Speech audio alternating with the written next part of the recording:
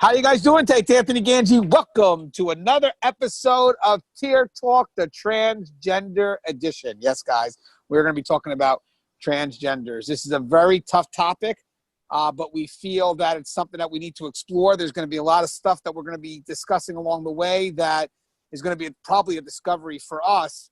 But with that said, you're probably not going to agree with everything that we say, but we have to, when we put content out there, we have to say what is correct, what needs to be done in the corrections profession. So again, this isn't about how we feel, but this is about how what we do is perceived. So again, we got Russ, the co-host. Russ, what's up, brother? Hey, how's it going there, Anthony? Ready to delve into a tough subject, one that often causes a lot of angst and consternation among all kinds of different people in corrections. Yeah, again, it's a very tough topic, so just bear with us. We're going to tell you, again, what must be done, whether you agree with it or not, because there's things I don't agree with, but I still have to do it, and a lot of it's going to come from PREA, Prison Rape Elimination Act. And we also have Connie on today. Connie, what's up? How's the podcast going? Hi, Connie, Alleyne here. The podcast is going fine. It's the fly behind the wall. I'm also founder and president of the Civilian Corrections Academy. So as we grow, we continue to add new content. And certainly I have not touched on transgender in the academy, particularly because, there's so much happening with it. I don't know that any one person can say they are an expert on how to handle it because there's so many different factors that have to be taken into consideration. So, this will be a great discussion, I think, to inform all of us, because who knows where it'll go. Yeah, and I actually think we're all going to be kind of hosting this a bit, because I think we're going to say certain things, and then we're going to probably go back and forth with questions to get a better understanding. And Russ, real quick, shout out for Keepers of Chaos. How's it doing? Keepers of Chaos is doing great. I think we're at around 4,100 and something members right now. We're looking to expand. We got a couple of things ahead of us. Hopefully we're going to be doing a team for the Tough Mudder in Lake Tahoe, which will be in June, I believe. And hopefully we're going to be able to spawn that if we can get some sponsors and stuff into maybe not only participating in the Tough Mudder event, but maybe our own corrections event that won't be a race, but maybe we'll have a couple of speakers or something. Still waiting to see on that, but it's just kind of see how it goes. All right, guys, don't forget the Tier Talk YouTube channel. Now, I'm hoping to keep this episode under 45 minutes. It's going to be tough on this one. It really is, but I'm going to give you guys the content, and if it goes past 45 minutes, then you could watch it in segments. But I have to make sure that when we deliver this, that we're able to have enough chance to explain what we're delivering. And I think that we have to be very careful as we discuss this. And again, this is an attempt to have a good, honest dialogue. It's not about how we feel. It's, again, what needs to be done or what's expected of us at this time. So do not kill the messengers. We are the messengers. Again, so when we're talking about transgender, I know Russ wants to also touch on the difference between transgender and transsexual. I'll start first real quick, if I may. Gender is what is perceived as how they identify, and that is outside the sexual component. So if the individual has a male component, it doesn't matter if they identify as a female. The two do not connect with each other. The gender identity is based on how they feel or how they may express themselves. The physical component is considered something totally separate, and it doesn't relate to how we identify transgenders behind the prison wall. So, Russ, I know you want to elaborate on that a little bit, correct? And maybe Connie from a medical perspective?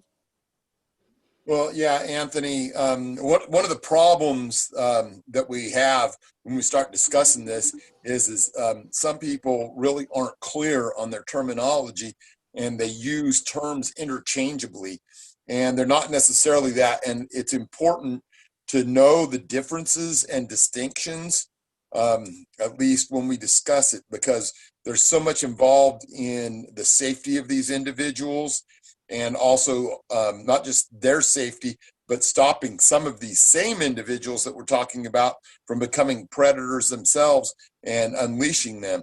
And I think that this is one of those areas where, in my mind, departments across the land have kind of dropped the ball because they've pandered to some, very intense political pressure just for the sake of, not having to deal with people coming after them with regard to this. And I think it's a shame. I think that there's a lot better job that we could do if we would stand firm in some things.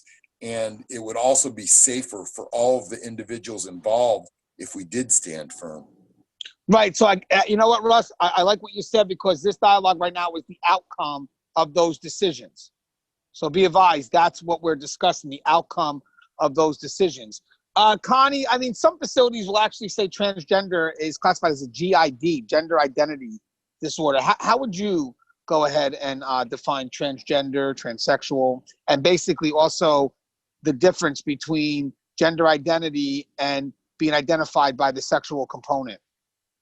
So, I mean, at this point, I think we have to just acknowledge that this is not just a gender conversation, right? So, the sex describes the biological assignment at birth, right? Which that's just what it is. And then you have the gender identity side of it, where that's more of the description of how the person psychologically senses their gender. And so I think the challenge or the controversy therein lies that we may be being challenged, I think, as an institution, as an organization, to no longer look at whether or not the person has the biological components versus what psychologically they're identifying with. And that's why I think that's why we're struggling a little bit to sort of manage the presence of this, I guess, new, I don't even want to say it's new, because it's really not new, but, there is no more just black and white to this particular topic. And so I think that's why we're so challenged. Yeah, and again, PREA has been around for a while, but it's really being enforced now, and policies are forever evolving based on, what's happening across the nation. But again, I think the standard definition right now that we're getting across, just so we can really start the dialogue here, is that gender identity is different than the sexual component. So you have to be able to see that. Okay, that's what we're trying to get to right now. That's how, like Russ said, that's the result of, where we're at right now with the world. So again, gender identity is how they, how they may act, how they may feel. It's different than the sexual component that they have. Now, again, most of the stuff's going to come off what we feel is PREA policy, but when it comes to transgenders, they will be considered vulnerable. They're considered a vulnerable population. And yes, guys, we have a lot of transgenders that are sexual aggressors, and we'll get to that.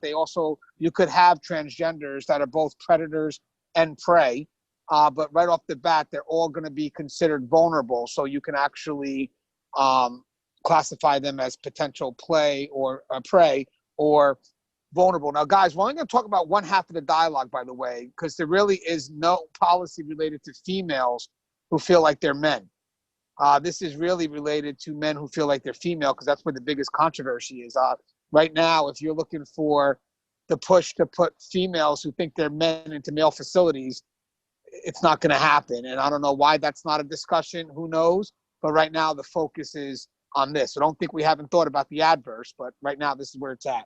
So you guys understand that right now, because of our needs to protect them, when a transgender has an issue, all their issues have to be taken seriously. And again, it's not like we ignore other issues. It's not like, when an inmate comes up to us, their concerns aren't taken seriously, no matter who the inmate is, but it specifically spells out that if a transgender has an issue, that you go ahead and you have to make sure you look into that issue, and the issue is taken as seriously as possible. Before we go deeper, I'm going to ask Russ, besides transgenders, just to kind of give a picture of what else we would consider vulnerable population, what else would we consider a vulnerable population?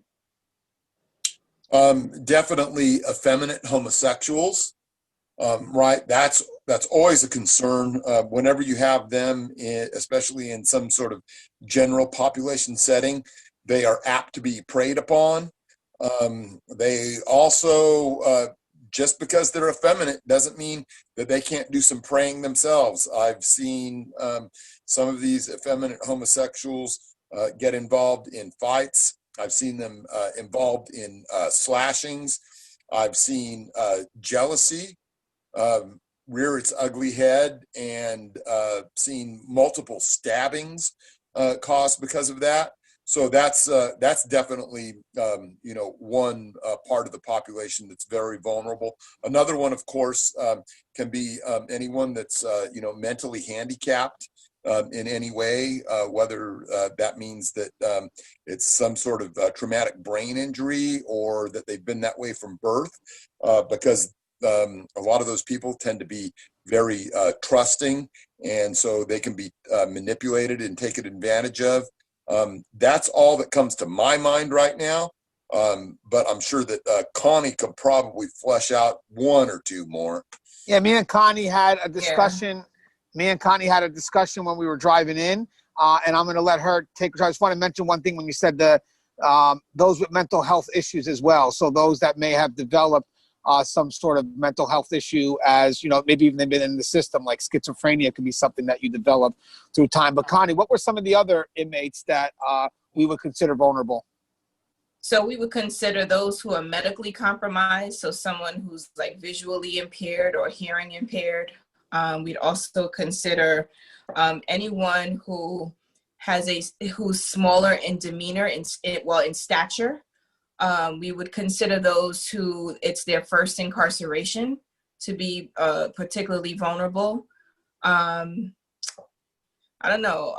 There are a couple more. I don't know. I got a few more. Connie, we had this discussion, Connie. And by the way, guys, we may not be politically correct in everything we say. I hope we are, but forgive us. I promise you it's just an effort to have a dialogue. It's not an effort to offend anyone. So, but again, we're going to have also sexual predators could be considered vulnerable, as well as aggressors, but also vulnerable because they are targeted because of their crime. Inmates that are under 21, inmates that are over 55 could also be considered vulnerable. Let's see. I think we covered a good amount. You covered on the medical side. So yeah, again, I think ultimately we get the picture. They're inmates that could be preyed upon, and we have to do whatever we can to make sure that we protect them. Now, by the way, an inmate could be considered vulnerable, but they could still, like Russ said, have acts of aggression. So they're a mixture of both. There are some transgender inmates that actually are in for sex crimes. So again, that's an inmate that is both vulnerable and an aggressor. So when coming to house these inmates, here's a little bit of confusion here, but bear with me.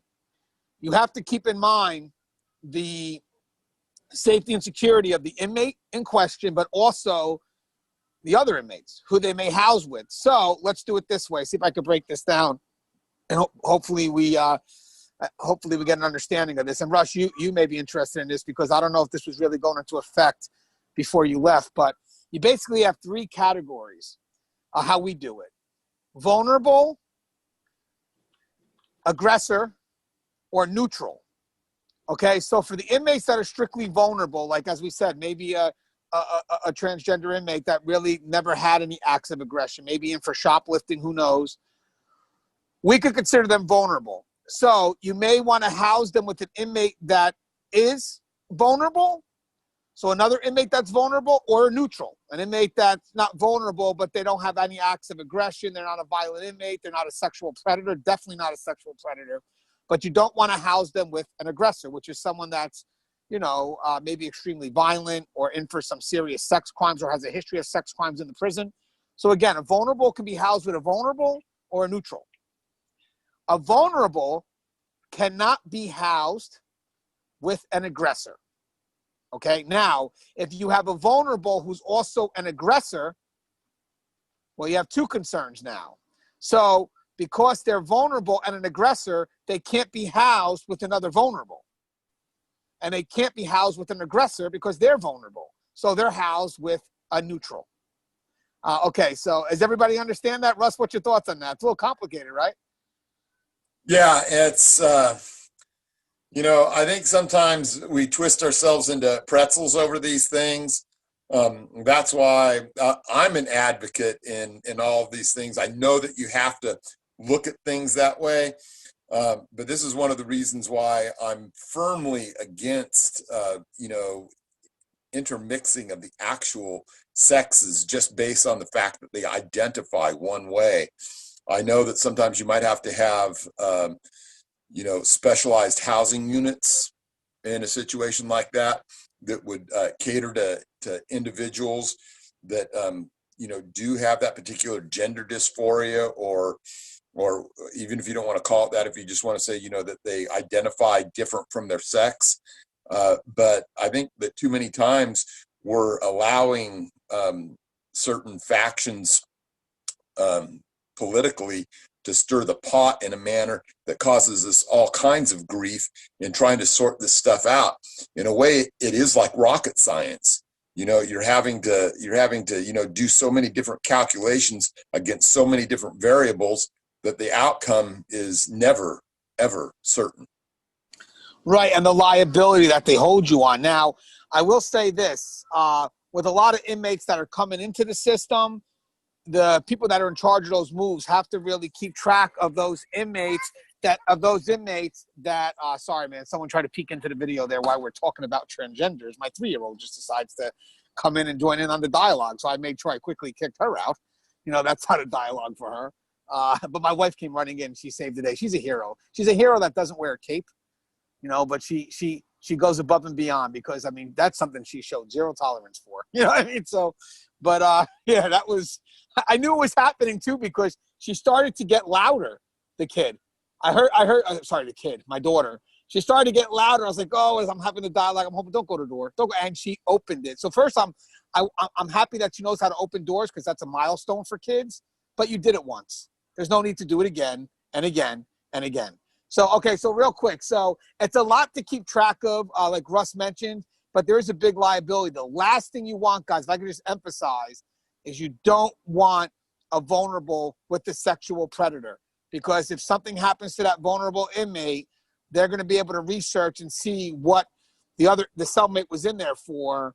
And it's going to be very hard for you to explain, or the history of that cellmate. And it's going to be very hard for you to explain how we allowed that to happen. So again, we have to make an effort to protect that inmate. Now, there are some concerns when we talk about specialized housing, because obviously when it becomes so complicated, Russ made a great thing here about specialized housing. Why don't we just have housing for inmates who are more vulnerable, like the transgender inmates? And obviously the one concern is that people will consider a separate housing for them isolation, that we're isolating them because of what they are. Now, I would probably think that most transgenders would probably want to have their own unit, but there's also another concern. You could have a lot of people that may fake it just to get into that unit. That's another concern. But even if we were to take that route, because it wouldn't be isolation, guys, it would be an effort to protect them. And it's not like they would be limited in what they could do. It would be a general housing unit. But having said that, because the housing unit is designated for those that are transgender, and because some facilities may identify that as a gender identity disorder, which falls under mental health and medical, would that be seen as a HIPAA violation, Connie? So I cannot say that it would be, I don't think there's a clear line that there's a HIPAA violation there. Well, actually, I could say so. So, for example, there was a point where we would put like a red dot on a health record. And that way, when medical would pick up that record, they would know what that red dot signified, whether it was, someone who was HIV positive, someone who was diabetic, like whatever that red dot was associated with. And what we went through was removing all those red dots, because when we went through an audit, they said that red dot allowed people to know private information about someone's medical history. And so I'm thinking along those lines that if you created a specialized unit and that unit was designated for transgender inmates, I think that would certainly be a problem. Now, if we created a specialized unit and it was designated for vulnerable populations, I think that too creates another situation, right? Because now we know where all the vulnerable inmates are housed at, and who knows what people are going to be doing to angle to get into that housing unit. So I don't know that we can win in this situation, and everything that we do technically can be a gamble. Yeah, and that's the concern, because we act on universal precaution. And I think sometimes the public doesn't understand what that means. We're always concerned, and I'll quickly push this over to Russ, is we look for the wolf amongst the sheep, amongst the sheep. Wow, my God, that is a tough word. Let me try that again, because what's going on with the SH today? We look for the wolf amongst the sheep.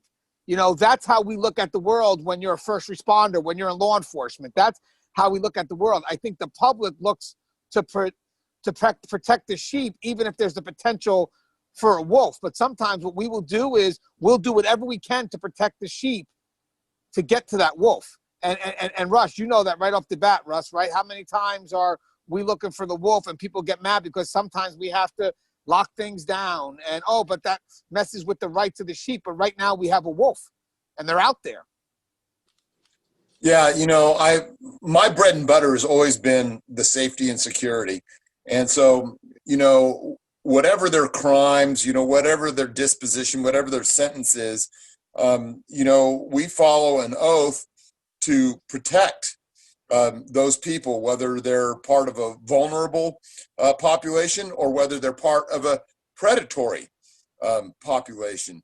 So I just think that, there's too many of these factions out there that are always trying to find fault with something that we do, when the actual fact of the matter is we are the experts in safety. We are the experts in security.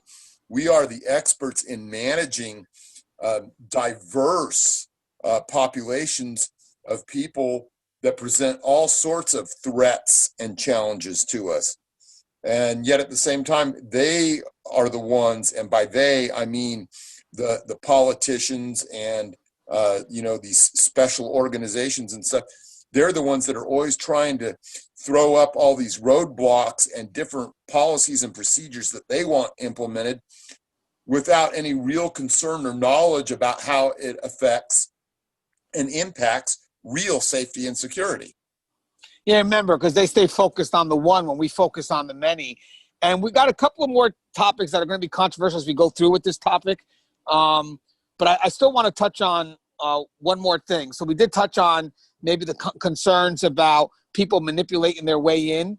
I mean, that was a concern for me, of course, like if I'm at a Target and my wife and my daughter are in a female bathroom and I could have someone that, is not really a transgender and wind up, going into that bathroom. And the funny thing is I was actually watching a special, and there are transgender individuals that are upset with those who are not really transgender, but taking advantage of it because it's making it harder for them to go ahead and get the rights that they feel they deserve, because they know that in an effort to do what we have to do, we have to protect and serve the many. So for the people that manipulate it, it makes it harder for the people that really need it. So I think that's a good balanced argument right there, that we are on the same side and that they understand that sometimes we may say universally no, but it's an effort to protect.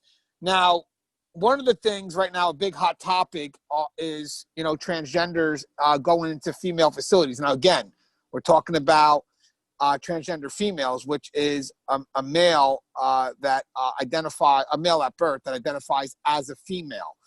And there's been a lot of states that have done that at this point. We've had dialogue with this before where it hasn't happened, and now it's at that point where it has happened.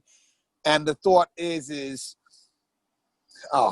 is where it becomes controversial, because again, it's not what we believe. It's about what we have to get across. So bear with me, guys, because I'm just telling you what's expected of us at this point.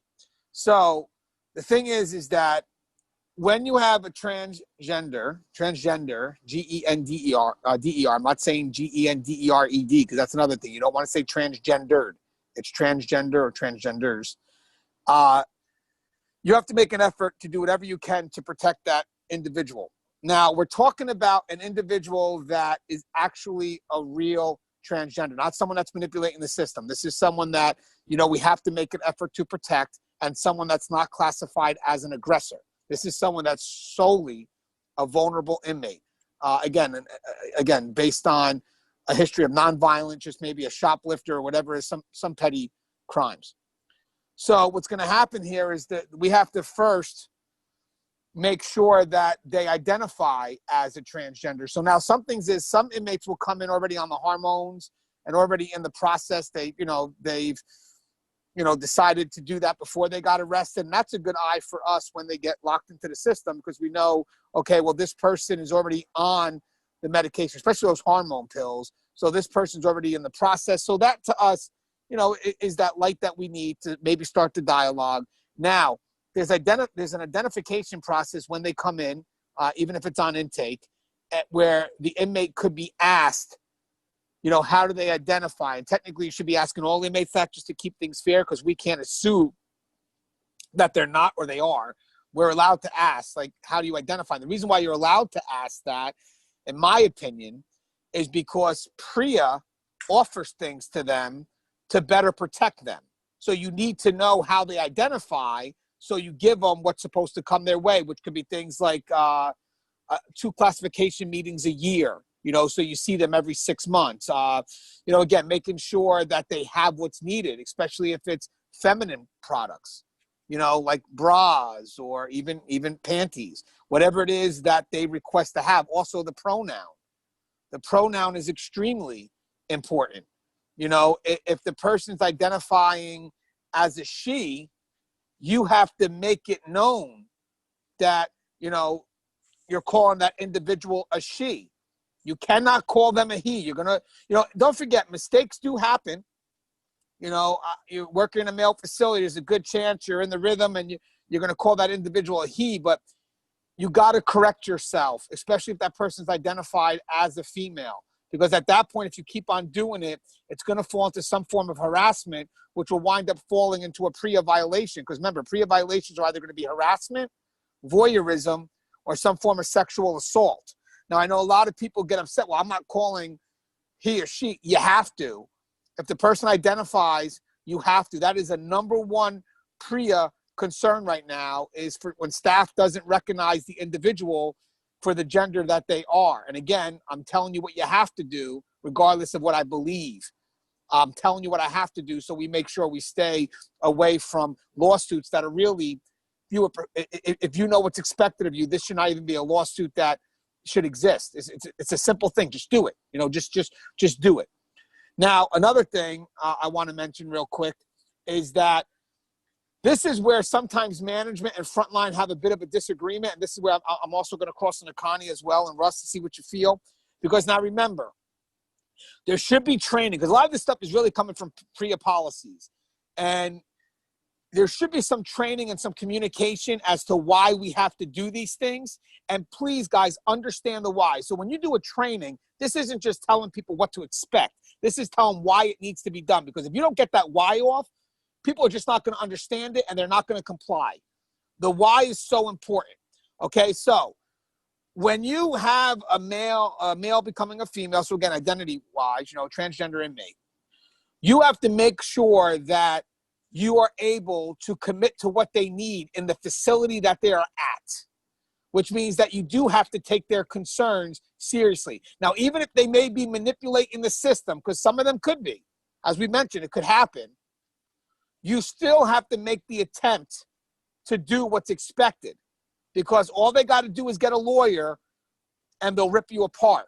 And the thing is, the reason why you got to try your best to accommodate, because if you don't accommodate, that's what opens up the door for those transfers into female facilities. I'm going to tell you that right now.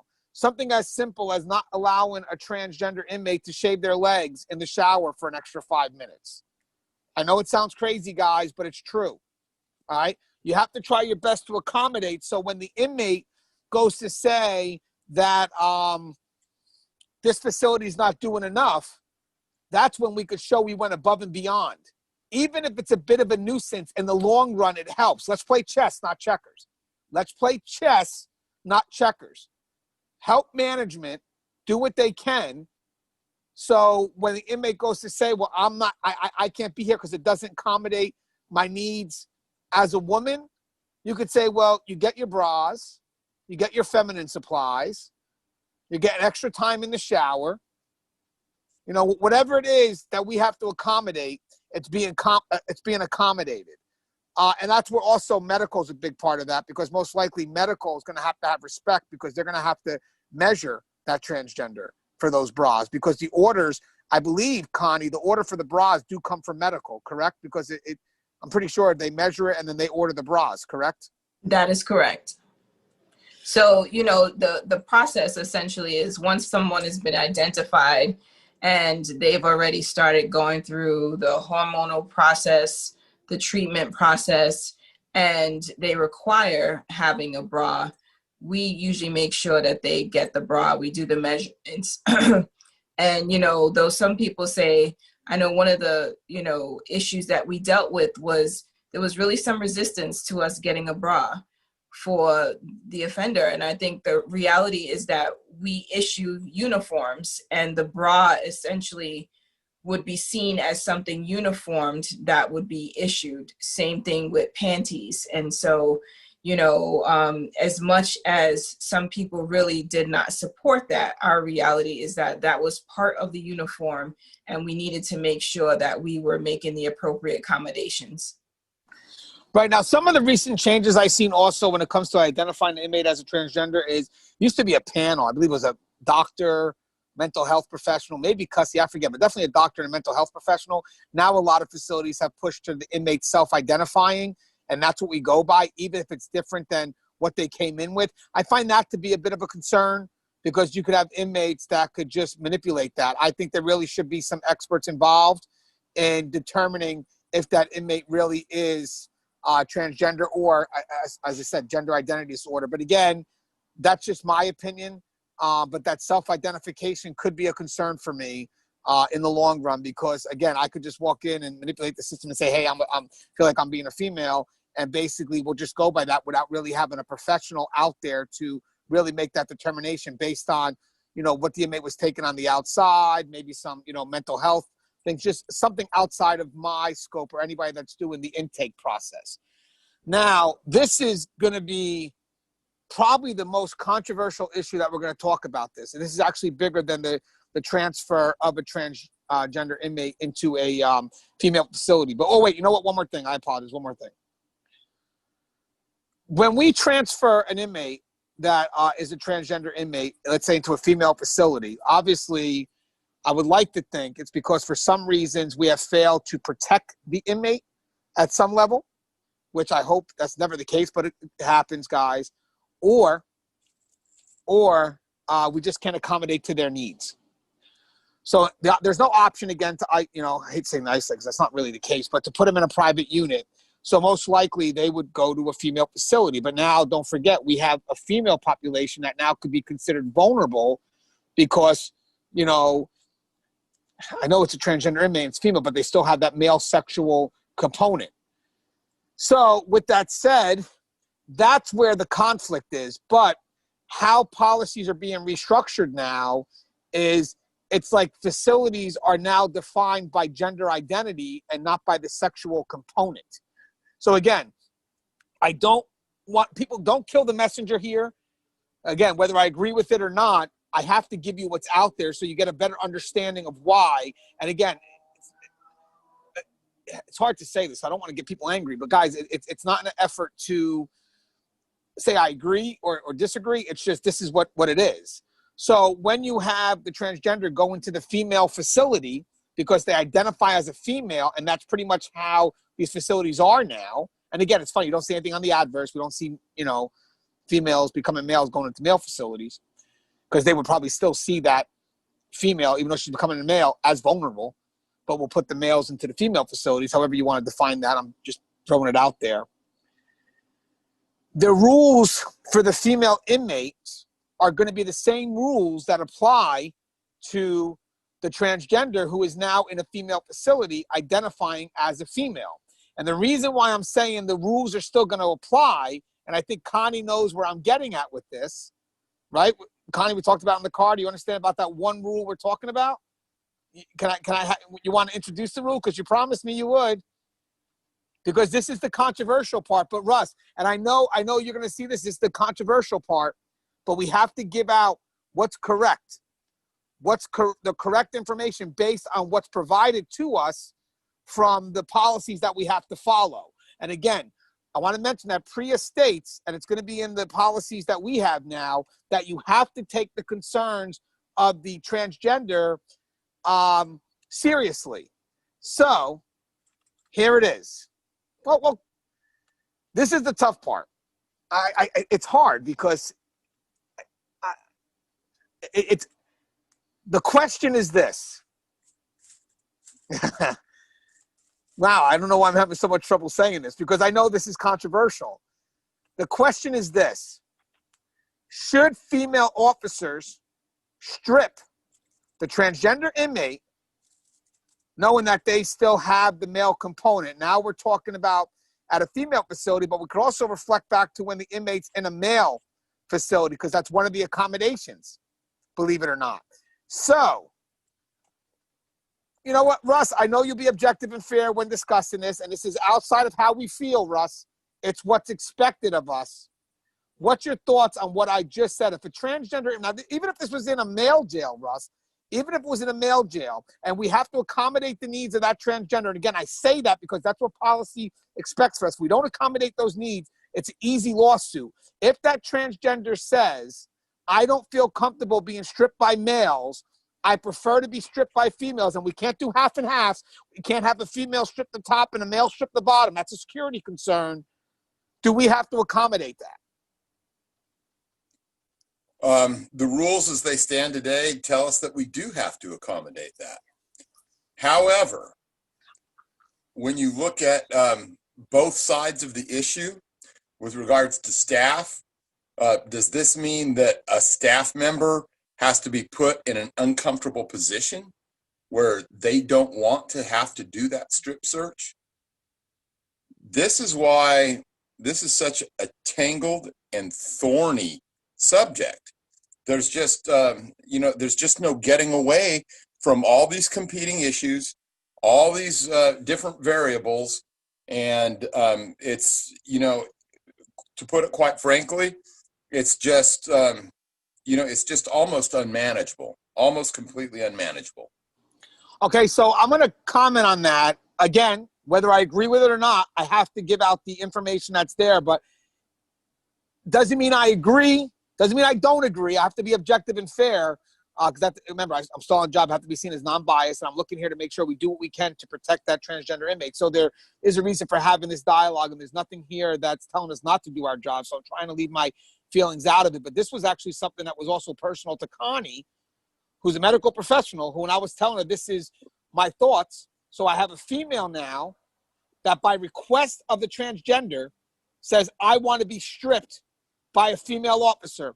Connie, what were your thoughts when I told you that we would have to probably comply with that? I mean, so my first thought is I was a bit upset because, we're saying that we support our staff, and I just can't imagine that I would be forced into a situation where I did not feel comfortable.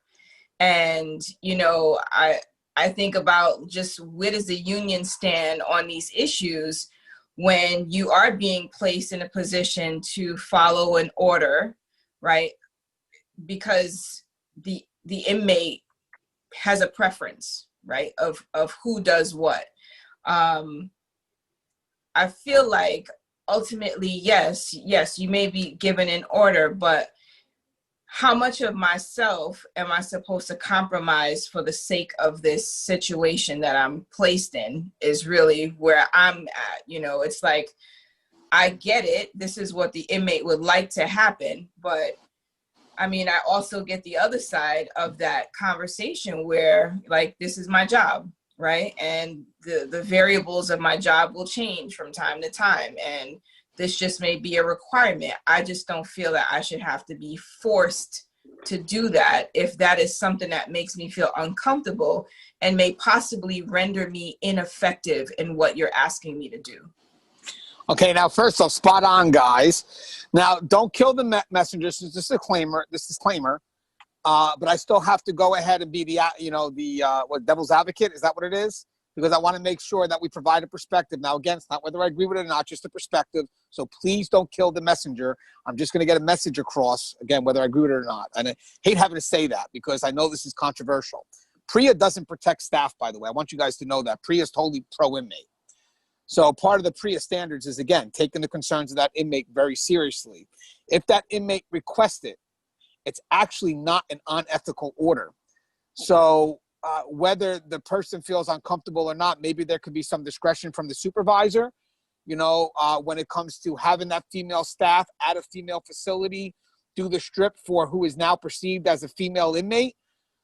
But the sad thing is if you have a staff that's uncomfortable with it, then you could have more female staff members that are also get uncomfortable with it. And now you have nobody that's going to do the strip. The sad thing is right now that the concern is only focused on the inmate. It's not focused on the feelings of staff because they're going to say, well, you paid to take this job. Well, did I really pay to take this part of the job? This was never meant, just like COVID. Was it an unethical order? And the funny thing is, guys, a lot of the inmates that seem to be getting transferred from male facilities to female facilities, that's a big part of it, is because they're still being stripped by males and then disregarding that the inmate may feel better being stripped by females. Now, guys, don't get mad at me. I'm just telling you the perception. So, again, it will be something that if you would try your best to accommodate within means. But eventually that inmate, if we don't accommodate it at the male facility, the inmate is going to wind up going to a female facility. And at that point, because they're seen as a female, they're most likely going to be stripped by female staff, regardless of the sexual component. And it will be expected from staff to be professional with that strip and to do the job accordingly. Again, do I agree with it or not? It's really not my place. It's just maybe what's expected. And at this point, I'm sure it's going to be a high-level discussion eventually, but it's going to be a tough one. It's going to be a tough one for the unions or whatnot to sit there when right now the focus is really on the inmate themselves. Now, Russ, am I making sense at least from the perspective of what the policy expects? Regardless, listen, I do feel the pain. Don't negate that. I do feel the level of uncomfortability because if there was an adverse, let me just say something adversely. If there was, because if you think about it, there's always an effort to protect the female population. So this is kind of the next level of that. If you think about it, it's the next level of that. So do I believe it is an uncomfortable? It would be, because if I had to strip a male or a transgender male, which was a female becoming, in the hopes of becoming a man, I would be very uncomfortable with it. But is it an unethical order? Is it something that related to policy? It could be something that could be pushed on me. I would try to fight it maybe. But in the end, because the focus is on the inmates and there's a lot of pressure for that, I don't see it as a win. Doesn't mean you want to try, but I'm going to tell you something. The focus is on that inmate's well-being. So, Russ, am I making any sense? I know it's tough. I'm trying, man. Everything about the conversation that we're having right now is difficult because I'm not one that just wants to abandon the feelings of my staff members. I want to take their feelings into account. I want them to be comfortable in what they're doing. I want them to be effective in what they're doing. And so I think the fact that they've managed to twist this thing into something so complex, I would really like to see it turned, back over to the safety and security side. I think I can kind of put my finger on what a lot of the, the angst and emotion that comes into this where it generates, at least from our side, from the staff side. When we talk about these individuals wanting to have their own specific, pronoun for them, they want to be called, she rather than he. Well, to me, and I don't want people to get mad at this. That is a bit of make-believe right there. But that's a bit of make-believe that comes with almost no cost to it. So I'm down for that. If someone wants me to call them by a specific thing like that, I'm good. And since there's no cost to that, that's one area where I think we can really accommodate them. But when we start getting into the areas about moving these individuals from a male facility to a female facility, in order to simply go along with their particular view of the world, then that's where there starts being a cost involved. And that cost involves the safety and security, not just of those individuals who are our charges, and we have a responsibility to take good care of them, but it also impacts the safety and security of my staff. And so when we start getting into these parts where it's no longer just about this person's view of themselves in the world, which is different from what reality is, from this make-believe, as I call it. I know people are going to get mad over that. Then it starts to be a much bigger deal. And when we start talking about inmates being stripped by someone who's different from their sex because that's the way they prefer it, there is an impact and there's a cost to my staff. And that's what I don't like. That's what I don't like to see. And we're doing this to accommodate a very narrow margin of the entire population. Like I say, I'm all about safety and security. I've gone in there. I've saved, the lives and the health of, transsexuals and effeminate homosexuals that have been put into prison. And I take that very seriously. But at the same time, there's just only so much that you can do. And there's too many competing angles in this thing for us just to give it up to some people who are just throwing so much more into this stew and this mess, if that makes any sense. No, it makes perfect sense, because Russ, with the safety and security background and you coming with that universal precaution, the need to protect and serve, I understand why you're saying make-believe, because you're concerned that there are going to be those that are making and believing, whatever it is, basically faking the funk, and that makes our job a lot harder. So I understand why you use the terminology, because that truly is founded on safety and security, because again, we're always looking for the wolf, and that's very hard to turn off. Even if there are sheeps in the way, if there's the potential to be a wolf. I mean, the funny thing is that the concern they had recently was that when you shift the female transgender into a female facility, then you create more potential victims. So should the risk of one increase the risk of the others? I mean, that's where it could be seen as an unfair trade. And that's where maybe advocates for women's rights may come in and say, we don't feel this is correct. And then you kind of have these wars going on. But in the end of the day, nothing's going to get settled, and we're going to be stuck in the middle. That's why it's hard. Really, believe it or not. But even with these people that, have that view that is the way we should do it. We should move them into these populations, and everyone's always thinking, they're vulnerable and they could get hurt. The next thing we see in the headlines that have happened across the nation several times now is those ones that we thought were going to go in there and be vulnerable have turned around and victimized massive numbers of the other ones that were, in those facilities. So we just keep being given, harder and harder and more complex circumstances to deal with. And it's just, it's just really, I think, a waste of resources and effort to try and do it at that level, because the complexities are just too myriad. Right. And also, if I may add, that the concern is also, as people are generalizing instead of really doing it case by case and really just, this is the outcome of no definitive decision. The scramble comes when nobody wants to freaking take a stand and say, this is what has to be done, at least for this individual. Because just as much as we're worried about what's real, which is the threat, people are worried about a lawsuit. the threat supersedes the lawsuit, to be honest with you. So we're scrambling because I'm worried about the potential for a threat. You're worried about being sued. Money is money. The threat is, I got to make sure that I don't move this inmate and cause a bigger risk by moving that inmate. Connie, I noticed you unmuted somewhere during the dialogue here. So was there something that you wanted to touch in on? Yeah, I was just thinking about, what happens when somebody gets pregnant, right? What happens? You move that transgender person that's either real or not, right, into a female facility, and you've got multiple new pregnancies that start to pop up. Like, we think about litigation but what do we do now? Like, how do we manage that? And,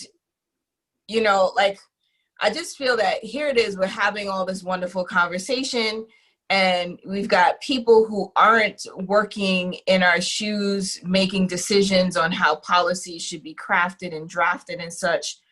And here it is, we do want to protect the many and not just the few. And so what would be an even trade-off, right? Like, so we say we don't want to put them in isolation, but if we're saying protection and safety and security is really our focus or our priority, why not establish some way to have housing specific to their needs? Like, I mean, I'm just throwing it out there, but I just think of, so you got pregnancy, you got STDs, you got rapes, you got all these other things that it could be happening on the back end to the other females in the facility with this wolf that has now been allowed into, the nest. I don't know. It's a lot. And it's great to have you here. First off, say this because I think that you're touching onto the safety and security side, because you as a woman can feel, maybe empathetic to females that are in a correctional facility where now you bring the wolf into is it den or nest, whatever it is. Is the wolf killing birds now? What are we doing? No. I don't know. I'm sorry, Russ I don't know. Tell us what that is. Hey, Russ, is it wolf in the den or where's the wolf going? I think it's a wolf in the nest is worth two in the den. I don't know. Either way, at the end of the day, a pineapple gets lost. You know what I mean? Hey, so yeah, I don't know, guys. I wanted to throw out something weird. Hey, but in the end, it's a very controversial topic, and in the process, when people are trying to make decisions, they don't take credit for the people that are dealing with the scramble. I mean, I love how you can wait and make a decision, but we're the ones that are running around trying to figure it out, and management is trying their best to kind of handle these novel situations that are really a balance between what they would like to do to make sure staff is okay, but what the law says, and all you could do is just educate and justify, and then at the end say, hey guys, but this is what they expect from us, let's just do it. Because in the end, like Russ said, some of the things are very simple. They really are. Just go with the flow. They're very simple. Some things are a lot more harder, which is, again, the strips are one thing, going to a female facility is another.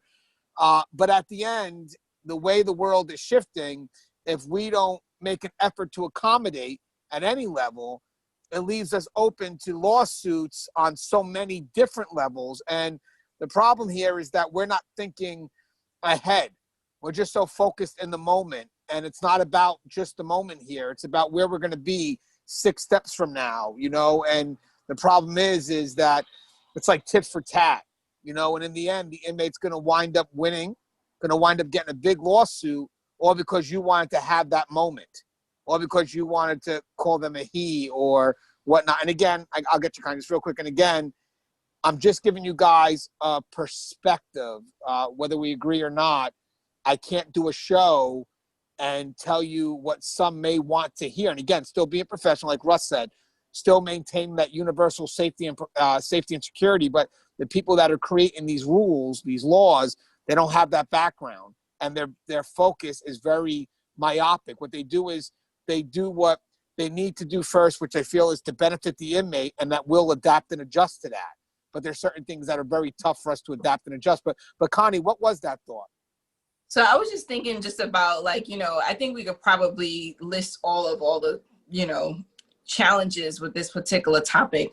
But like, when we think about solutions, one thing that we talked about a little earlier was, if the female was searching up top and the male down bottom. I was not aware until you explained it to me. Would you be able to explain to the audience why that is not a viable alternative or option? I'll go first if Russ, and Russ will maybe feed off, see if we're on the same page. So, okay, so let's say you do have a transgender that's going through the hormones, so they do have developed breasts, that's the key, but the male component. So you would have the top part that, maybe a female will be okay with stripping, and then the bottom part where the male will be okay. But the problem is the strip really has to be fluid and really has to have the same eyes. So the thing is this, if let's say me and you, Connie, are partnered on this strip, I do the first half, you do the top half, I'm not looking at that. I'm separated from that. And then I go ahead and do the bottom half, you're not looking at what I'm doing. The problem is if there's contraband, if there's something going, whatever it is, it's not one person doing the complete strip. Russ, what's your thoughts on the split strip? Yeah, see, what that does is that exposes a lack of continuity in the process. When you have continuity during a strip search, what you're doing is you're usually starting from a point from the top down. You're doing the hairs, you're doing behind the ears, you're doing the nose, throat, mouth, the lips, everything. And you move down in very controlled and orderly fashion, and you do it the same way every single time. You get to that top half, they're going to have to, lift their breast for you. They're going to have to, keep your hands where they can, show you that, they didn't retrieve anything from under the breast. And as they move down toward that midline, you get to a point in that transition where there's some ambiguity in between, when someone should look away and the other one should take over. And if there's, some partial clothing or something like that involved, it gives, it makes a breach, a little security breach where, that can be compromised, and that individual can, get drugs or a weapon or something back to the top area again. And then, you've destroyed your ability to, maintain safety with regards to your searches. Now there's a weapon going across from that vocational area where this was done. Now there's some drugs being carried inside the prison, and those are going to be used to finance a hit between two rival gangs. There's a lot of things, at stake here. So yeah, that lack of the continuity of the search, that's no bueno. And really, too, vulnerable inmates also, besides being assaulted, they can be used to traffic stuff. They're vulnerable. They're easily manipulated. And another thing is just to talk about that. I like what Russ said. I check the top. It's not continuing. There's that lack of, connection for a moment. And then you bring whatever's up to the, it can go back and forth. And also another thing you want to add is the level of responsibility for the search. You're not going to be able to hold, if there's contraband that was overlooked, who are you going to hold responsible?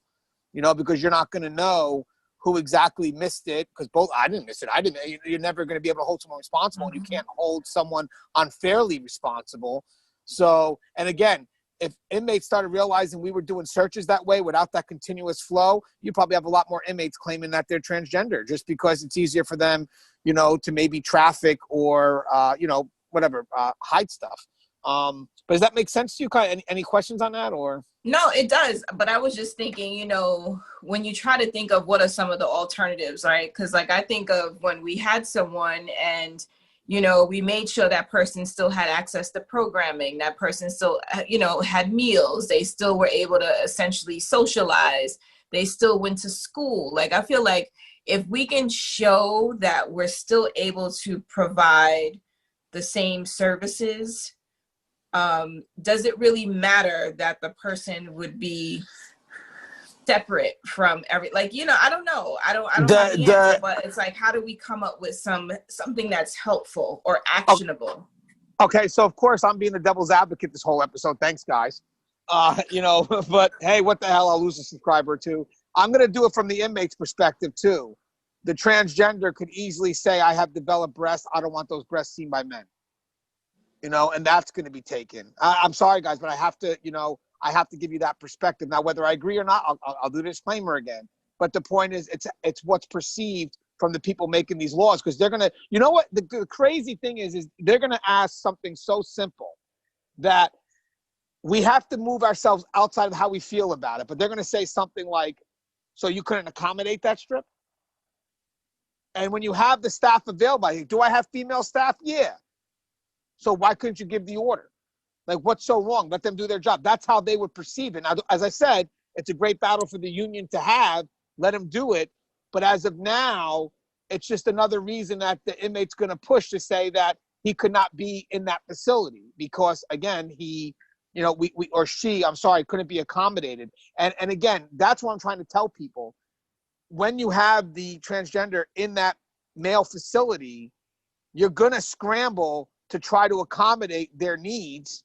But in the end, you got to realize something. Sometimes they're playing a game because they want to get to a point where you don't accommodate, so it can motivate a move to a female facility. So sometimes you see management that doesn't want them to go to that female facility. So they may ask for certain things that you're thinking like, man, why are you asking me this? It's because they know what the end result is. There's going to be a point where the inmate's going to use that little thing because it's not like it's not going to be like this. Hey, Gange, they're not allowing me an extra 5 minutes to shower. It's going to be, they're not allowing me extra 5 minutes to shower so I can shave my legs. There's going to be that little tidbit at the end that involves something that relates to that identity of being a female. So when it gets brought up to a higher level, it's going to say, well, you don't allow the inmate to shave their legs. You don't allow the inmate to do this. And then they're like, well, that's going to be enough to motivate that inmate into that female facility. So when you see management scrambling around, I would like to think the effort really is to not let that transgender go to that female facility if there's not a security risk with that female, that transgender there. Don't get me wrong. Let me rephrase that real quick. That's because there's no threat to that individual. If there's a threat to the individual and you really believe that that individual is vulnerable, then you got to do what you got to do to protect that individual. But with that said, we're always worried about the wolf. But I want to make sure we get that out. There's no way if there's a chance where that transgender and is real vulnerable inmate, you know, maybe been sexually assaulted, whatever it is, and you have to protect that inmate and you don't have the option to put them in a unit where they could be with other other vulnerable inmates, then, you know, you may have to move them to a female facility, but you better do a risk assessment. You better do whatever you can to make sure that that inmate doesn't present a greater risk to the female population. So it's a tough call. You know, it's just not something that can be balanced out. We talked about the easy solution, though, which is having that unit. But I don't see that happening anytime soon without someone taking that as a violation, because the same people that are fighting to protect the transgenders will also be fighting to not have them what they called isolated, which I don't think it would be. But, you know, it's all about a perspective.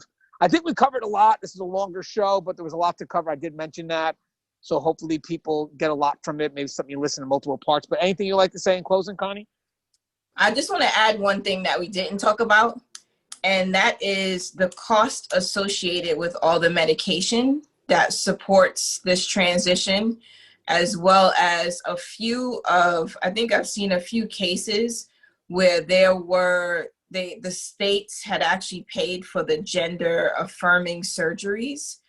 And so, you know, I think we don't often talk about how much money is invested in these things that we come up with, right? So there's a policy that's created, there's something that we do to support whatever the issue is at the time, and then there are those associated costs with that. And I mean, I think, you know, certainly if someone comes in, they've already been on the medication, we continue the meds.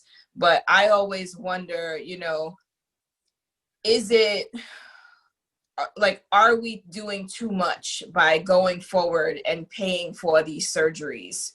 You know, where do we sort of draw the line that there are other treatments that are life-saving? And I know that there could be some controversy behind how important this gender reaffirming surgery is, or the gender reassignment surgery is, to those people who are suffering with this identity challenge or this lack of congruence between their identity and their physical components. But like, it's just that thought of, I've got the grandmother or who can't go get medication at the pharmacy because, you know, Medicaid Part D or whatever doesn't cover, what have you.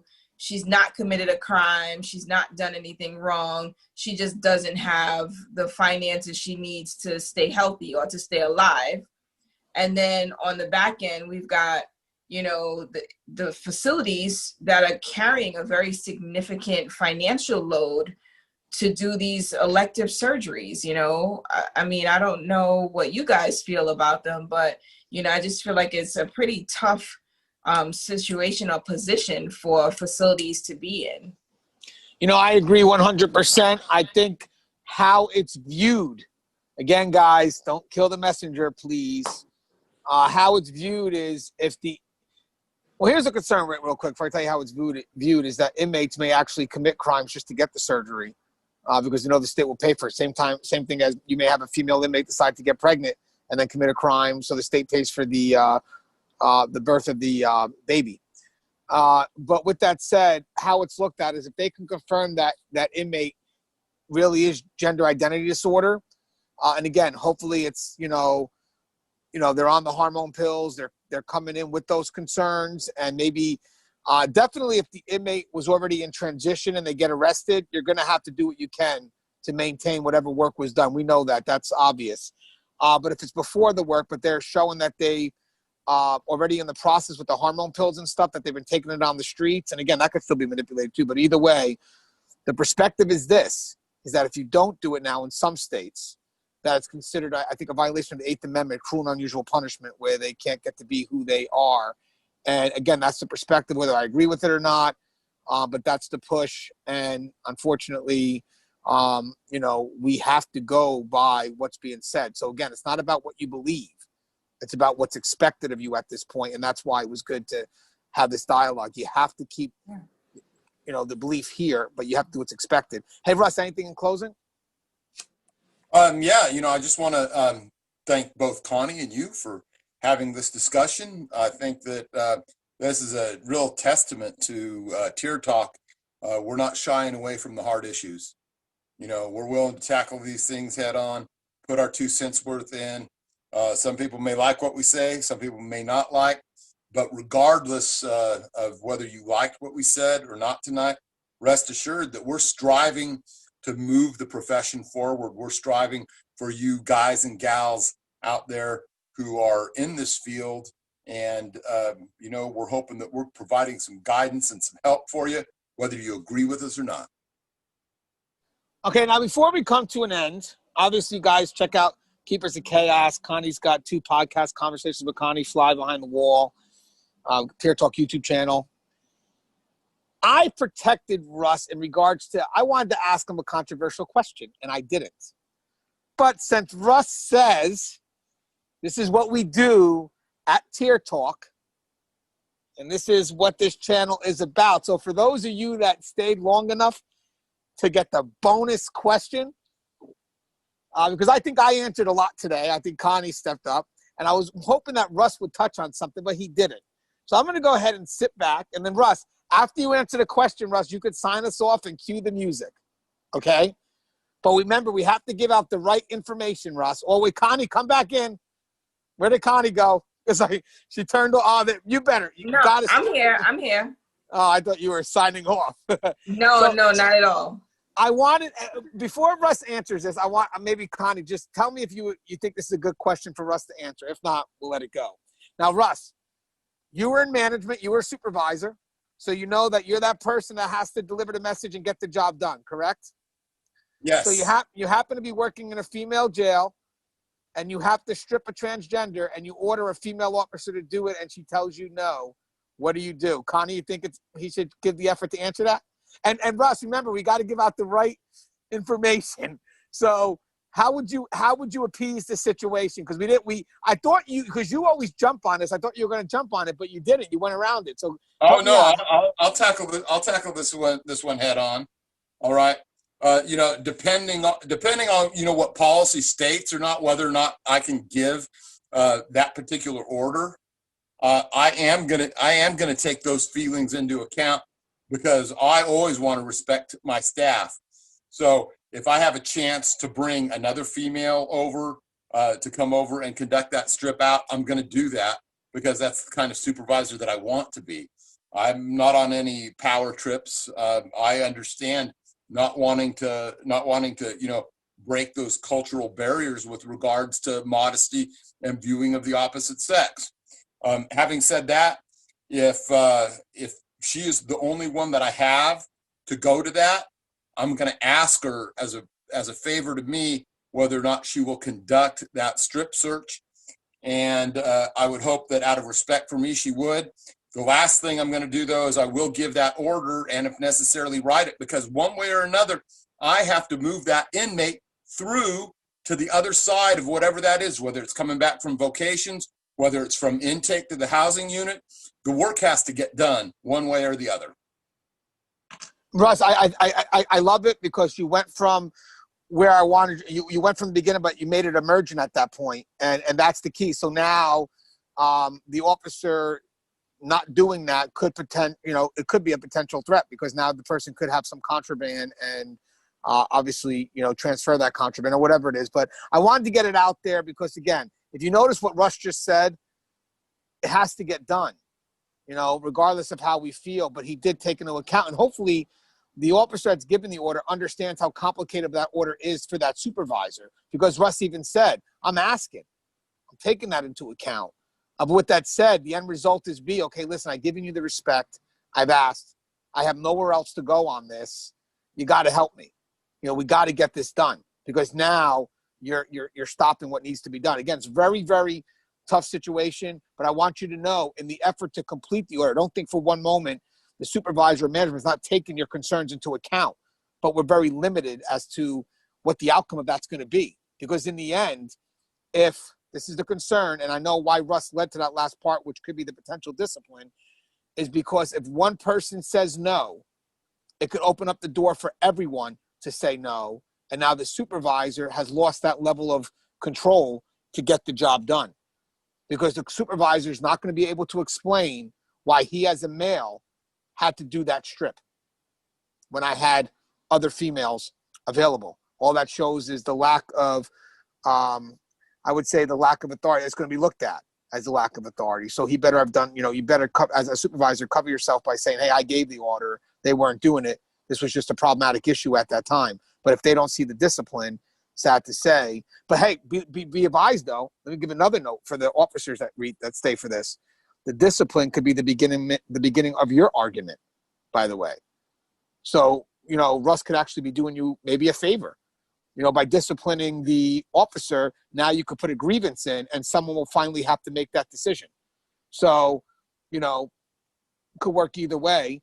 But with that said, you could still do the order and write it up as you were against the order, but you could still do the order. So, okay, I'll do it. I'm not happy with it. I'll do it. And then after you do, because this will, then you go ahead and write the grievance, because at that point, the supervisor really can't do anything. You did the order and you wrote the grievance. So basically it puts us on the defense, but maybe it's good that it gets put on paper to see where it goes. But at this point right now, it would be expected at that point, because of what the way the perspective of the rules are, is that the benefit, unfortunately, on this, it goes towards the inmate and what they request, or it's taken into account. So, all right, guys, as always, oh no, Russ, you're supposed to sign us out. The music. I'm still here, and you know what? I hope that everyone understands that part of being a good supervisor is going to bat for your people. But sometimes you get to a point where there's just no other wiggle room. So with having said that, we are out of here, and cue the music.